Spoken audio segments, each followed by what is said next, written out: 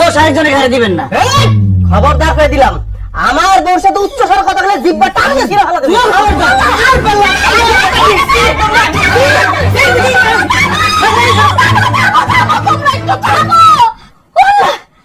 তোমরা কি ভুলে গেছো তোমাদের সামনে যে তোমাদের শ্বশুর, আমি তোমাদের শাশুড়ি মুরব্বি ভাবে বসে আছি, সব ভুলে গেছো তোমরা?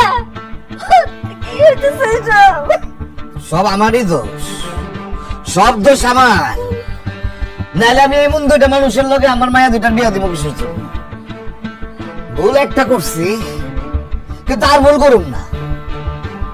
আমি ভাবছিলাম যে আমার সব সহায় সম্পত্তি আমি দুইজনের সমান ভাগে ভাগ করে দেব, যেহেতু দুই জনের মধ্যে কোনো পরিবর্তন নাই, খালি ঝগড়াঝাটি করে দুজনে, সেহেতু আমি সিদ্ধান্ত নিয়েছি আমার সম্পত্তির একটা কানাকড়িও আমি এই দুইটারে দেব না।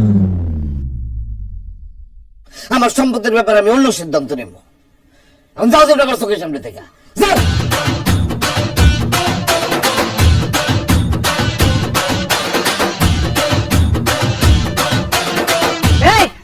তোমার বাপে কি সিদ্ধান্ত নিতেছে, কি সিদ্ধান্ত নিতেছে? আরে সম্পত্তি তো আমার, এইটাই তো সিদ্ধান্ত। আমার সিদ্ধান্ত কি? তোমার জামাই এলে আমার সামনে তো সরব। তোমার জামাই যদি এখন আমার সামনে না যায়, পরে এখন আমি এই পুকুরের মধ্যে নামে আসো বাবু। যাও। আমি না কিন্তু দুলা ভাই, আমার জামাই আপনার সাথে ঝগড়াঝাটি করতে আসে না, সে আপনার সাথে বন্ধুত্ব করতে আইছে, হাত মিলাইতে আইছে। তোর জামাই আমার জামাইয়ের সাথে হাত মিলাইবো কেন? তোর জামাই না আমার জামাইরে চিরশত্রু মনে করে, তো শত্রুর সাথে হাত মিলাইতে যাবো কেন? বুঝো নাই? এইটা তোমার ছোট বোনের জামাই নতুন নাটক। না দুলা ভাই, আমি আপনার সাথে কোনো নতুন নাটক করতেছি না, আমি আপনার সাথে সত্যি সত্যি হাত মিলাইতে আসছি। আব্বা আমাদের দুইজনের উপরে রেগে আছে, বলে দিচ্ছে আমাদের সম্পত্তির ভাগ দিব না। এখন যদি আমরা ঝগড়াঝাটি বাদ দিয়ে মিলা না যাই, তাহলে সম্পত্তির ভাগ আরো পাবো না। এটা অবশ্য ঠিকই কইছে দুলা ভাই, আমার জামাই যেহেতু ঠিক কথা বলছে, নিজেদের ভালোর কথা চিন্তা করে আপনারা মিলে যান। অত সম্পত্তি বেশি বা তো দূরের কথা, সম্পত্তির এক টানা করি আপনারা পাইবেন না। হরসে আমার মনে হয় কি ঝগড়াঝাটি করার কোনো দরকার নেই, তোমরা দুজন মিলে যাও, তাহলে তোমাদের দুজনের জন্যই ভালো হবে। যাও আলমগীরের সাথে হাত মিলা। না না না না না, ওর সাথে আমি আপনি ওর সাথে। আরে তুমি ওর চিনো? এটার মধ্যে নিশ্চয়ই কোনো কিন্তু আছে, কোনো একটা ক্লু আছে। কার সাথে হাত মিলাইতে নিয়ে আসছো আমারে? এত কথা কইরা তো যাও, হাত মিলাও। ঘরে রইছো কে? যাও না কে? হাত মিলাও। হাত দাও। আলমগীর হাত দিছে, তুমি হাত পকেটের ভিতরে ঢুকাই রাখছো কেন? হাত দাও।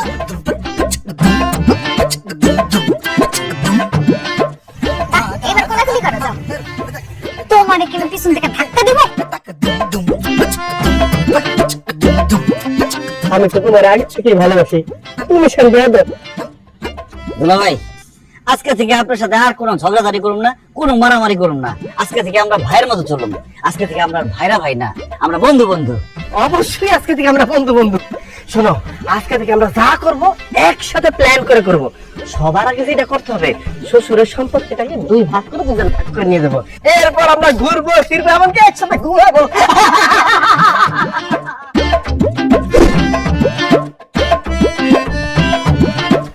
আম্মা কি করলেন এটা?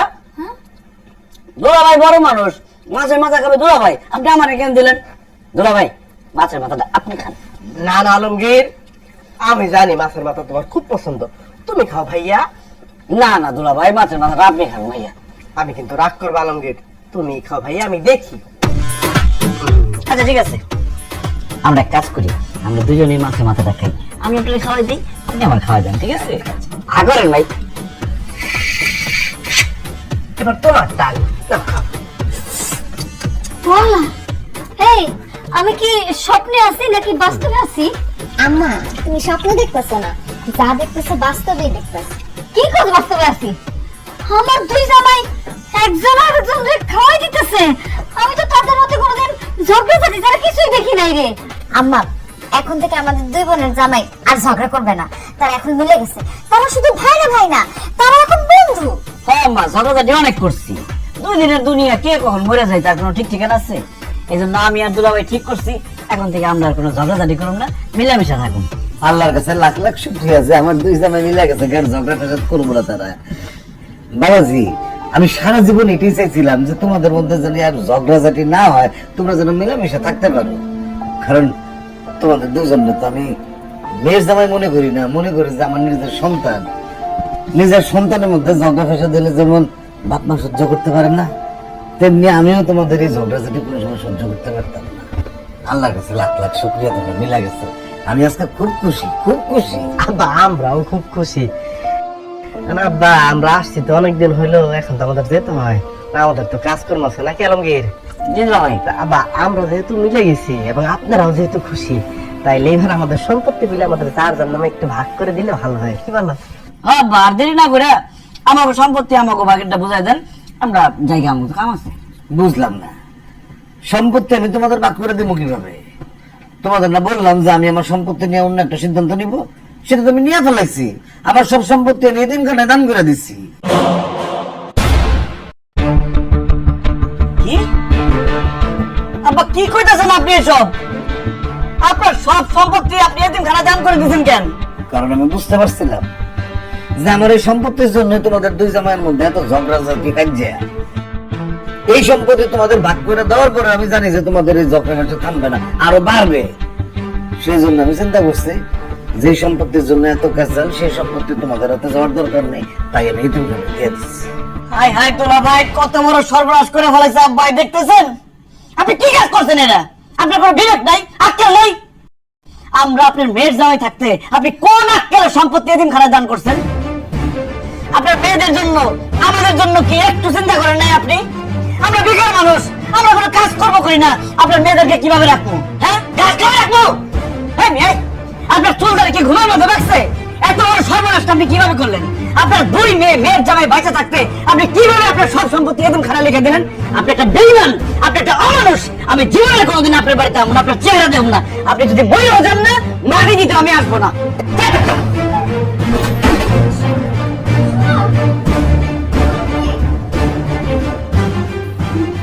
বড় জামাই বাবাজি, তোমার শ্বশুর এতিমখানায় সম্পত্তি দিয়ে দেওয়া তো ছোট জামাই তো অনেক রাগ করছে, তুমিও কি রাগ করছো? না, রাগ করবো না। ওনার মাথায় নিয়ে নৃত্য পরিবেশন করবো। আরে কত সাদা ছিল, শ্বশুর বাড়িতে আসবো, জায়গা সম্পত্তি পাবো, সেই জায়গা সম্পত্তি বিক্রি করে লাখ লাখ টাকা পাবো, সেই টাকা দিয়ে ব্যবসা করে কোটি কোটি টাকা ইনকাম করবো। সব তো সে ধুলিসাৎ করে দিছে। আপনি একটা ভণ্ড প্রতারক বেঈমান, আপনি মইরাও শান্তি পাইবেন না। আপনার অভিশাপ দিয়ে গেলাম। আর তুই যদি কোনোদিন এই বাড়িতে আমার কথা ভুলেও চিন্তা করো, থাপ্পড়ে এত শব্দ ফালা দেব, মনে করবি তোর বাপ নাই, তোর বাপ মারা গেছে।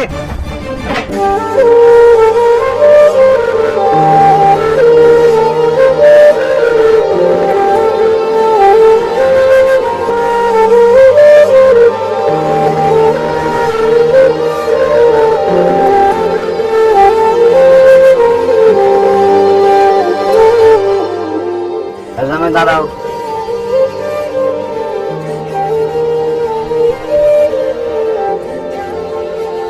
তোমরা তো আমার সম্পত্তির ভাগ নেওয়ার জন্য আসছিলা, তো সম্পত্তির ভাগ বুঝ জানা নিয়ে চলে যেতেছো কেন? সম্পত্তির ভাগ কই থেকে বুঝে নিমু? তার আগে তো সম্পত্তি আপনি এতিমখানায় দান করে দিয়েছেন। না জামাই বাবা, আমি আমার সম্পত্তি কোনো সময় এতিমখানায় দান করিনি। আমার সম্পত্তি আমি বহু আগে সমান দুই ভাগে ভাগ কইরা আমার দুই মেয়ের নামে দলিল করে রাখছি। তোমাদেরকে আসতে বলছিলাম সে দলিল বুঝে নেওয়ার জন্য। পারভিন শারমিন, এই যে তাদের সম্পত্তির ভাগের অংশ।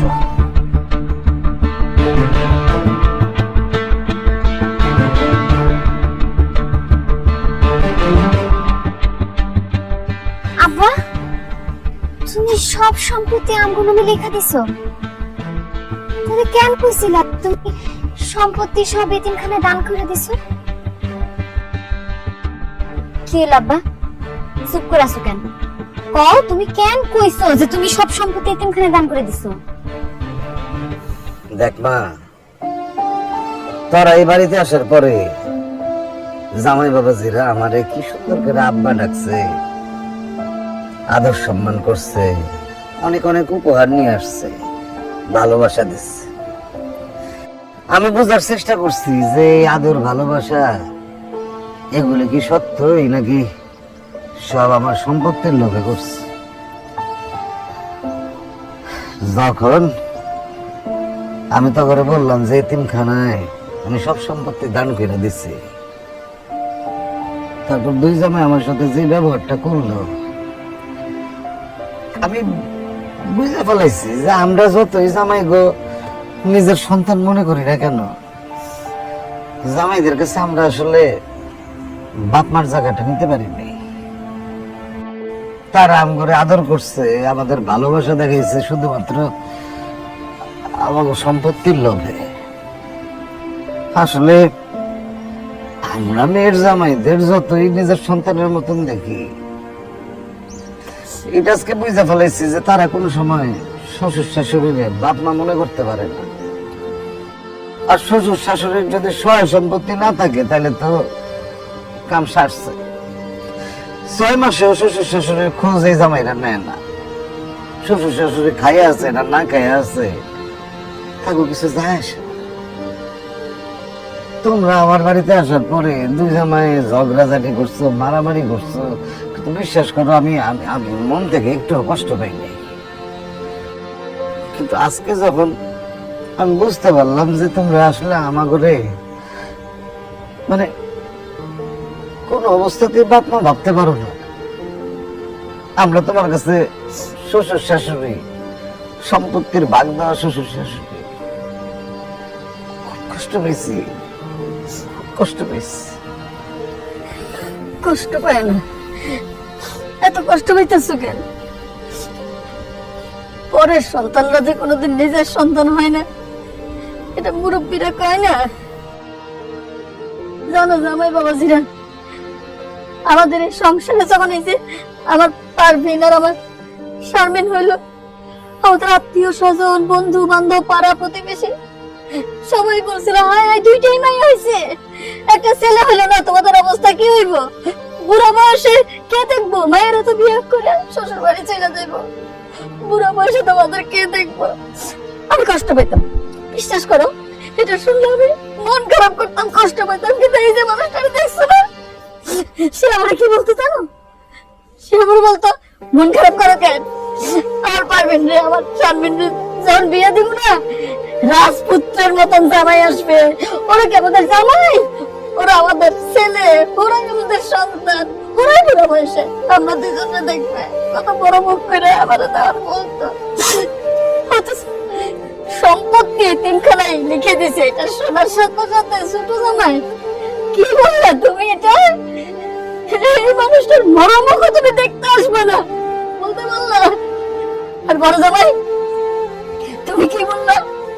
আমার পারভিনের এই ভিটাতে জন্ম, তুমি কয়ে দিতে পারলা যে ওর জন্ম ভিটায় ওর কোনোদিন আসতে পারবো না? কেমনে বলে তোমরা এসব?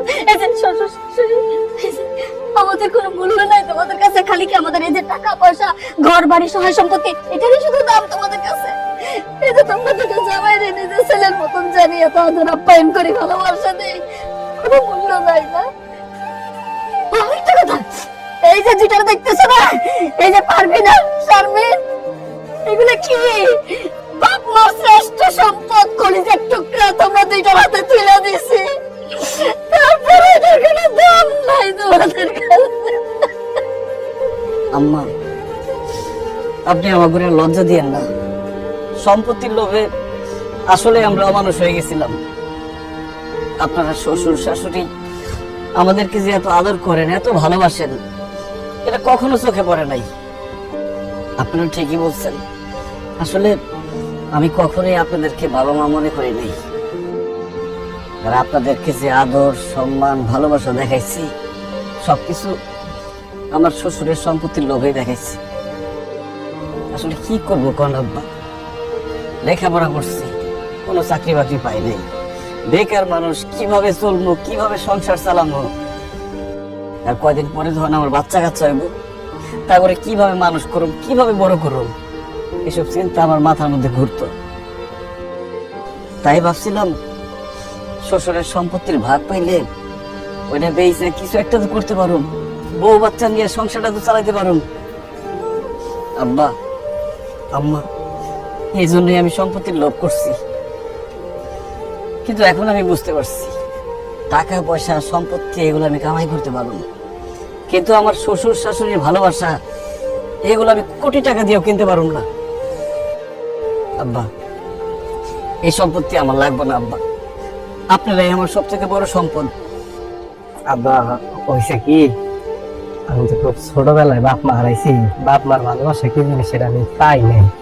কিন্তু এই বাড়িতে বিয়ে হওয়ার পর আপনি আম্মা যে ভালোবাসা দিচ্ছেন, বাপ মার তার মনই পড়ে না, এই তো আমার বাপ মা। কিন্তু আমার এই যে চাকরি করি সেই চাকরিতে তো সংসার ঠিকঠাক চলে না। আপনার মেয়ের মধ্যে বলে আমাকে ভবিষ্যৎ কি, তুমি যা ইনকাম করো তাতে তো টানাটানি চলতেছে, একটা বাচ্চা হইলে কি হইব, তাই একটা জিদ চাইবা গেছিল, যদি কোনোভাবে আপনার কাছ থেকে একটু সম্পত্তি নিয়ে সেটা বেচে একটা কিছু করতে পারি। বইলা গেছিলাম আপনার আদর ভালোবাসা স্নেহের কথা, কি মমতা দিচ্ছেন আমাকে সব বইলা গেছিলাম। আমারও কোনো সম্পদ লাগবে না, ওই আলমগীর পেছন আমাকে আপনার ঘরে লাগবে, কারণ টাকা পয়সা জমি জিরাতের যে সম্পদ ওইটা তো হয়তো জীবনে জোগাড় করতে পারবো, কিন্তু কোনো কারণে যদি আপনার হারে যান ওইটা তো পাবো না। আপনারাই আমার সম্পদ, আর আপনাদের দোয়া যদি আমার লগে থাকে তাইলে আমাকে ভবিষ্যতে আমরা কোনো জায়গায় ঠেকবো না। আব্বা, আপনার বুঝছে আব্বা আমার মাফ করে দেন আব্বা, আমি ভুল করেছি আব্বা, আব্বা। হয়েছে, উঠো উঠো উঠো উঠো উঠো উঠো উঠো উঠো। সন্তানরা ভুল করলে বাপ মা সেটা মনে রাখে না, আর তোমরা তো তোমাদের ভুল বুঝতে পারছো। আমাদের ভিতরে আর কোনো কষ্ট নেই, কোনো কষ্ট নেই। আব্বা আম্মা, তোমরা এই বাড়িতে একলা একলা থাকো, তোমাকে দেখার মতো কেউ নাই, তোমাকে এই বাড়িতে আর একলা থাকো লাগবো না, তোমরা আমার লগে আমার জামাইয়ের বাড়িতে থাকবা। হ আব্বা, আপনি আমার ছেলে বলছেন না, এখন থেকে ছেলের বাড়িতে থাকবেন। না আব্বা আম্মা আমাগো বাড়িতে থাকবো, আমাগোর সাথে। আব্বা তো আমার জামাইয়ের ছেলে কইছে। কি হলো, তুমি কিছু কও না কেন? তুমি থাকতে তোমার আব্বা আম্মা অন্যের বাড়িতে থাকবো? আরে আলমগীর ছোট মানুষ কি বলতে কি বলছে, আব্বা আম্মা তো আমার কাছেই থাকবো। না না দুলা ভাই, আপনি এর মধ্যে আইসেন না, আব্বা আম্মা আমার সাথে থাকবো। দূর আলমগীর, হাও কথা কই না তো ভাই, আব্বা আম্মা আমার কাছেই না না আব্বা, এসব কথা করবো না। দুলা ভাই আপনি সরেন তো। ভাই। আব্বা আপনি আমার বাড়িতে থাকবেন। আলমগীর বেদবি শুরু করছো আবার তুমি। দুলা ভাই দেখেন আজকে কিন্তু মুরব্বি টুরবি পারুম না, আব্বা আমার বাড়িতে থাকবো। এখন কিন্তু একদম ঘুরে ঘুরে যাবো।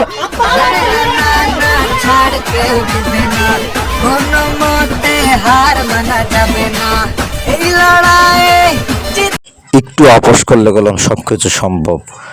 আপনজন সবাই আপনই থাকে, কেউ কিন্তু পর হয় না। আসলে একটু স্যাক্রিফাইস করতে হয়, তাই আমরা স্যাক্রিফাইস করবো ইনশাল্লাহ।